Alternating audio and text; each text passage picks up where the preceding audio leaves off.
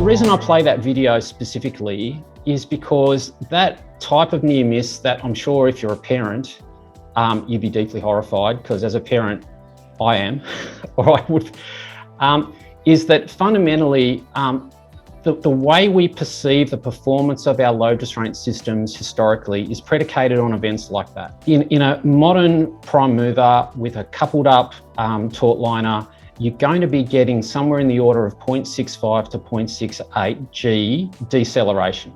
So the legal requirement reflects what happens when we have an accident, an impact between a heavy vehicle and a light vehicle.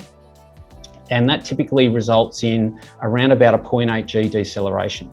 And the problem that gives us is that gives you a false impression of where your performance might sit against the legal requirements, which are higher again. There's definitely opportunities to make sure we've got our frontline people, like our loaders, understanding that they can and should be pushing back when they see things that aren't loaded correctly. Your loaders are really your last line of defense. We need to make sure we're breaking down. There's a lot of poor practices, particularly around capacities of simple systems. I still speak to drivers who will tell me that a 2.5 ton webbing strap will give me 2.5 tons of restraint, because that's what it says on the can. My first job when I build a load restraint system is to get that practical experience that the drivers and the loaders have and bring that into the science.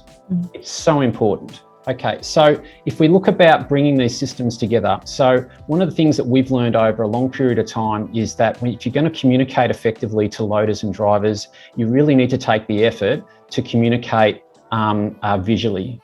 Regardless of which type of training you have and at what level it is, it must have this whole aspect about the why.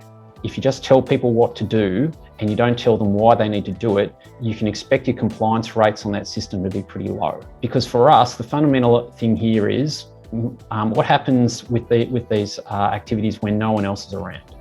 Once again, thanks so much, Sean, and thanks to all our attendees today. Thanks so much. Okay. Cheers.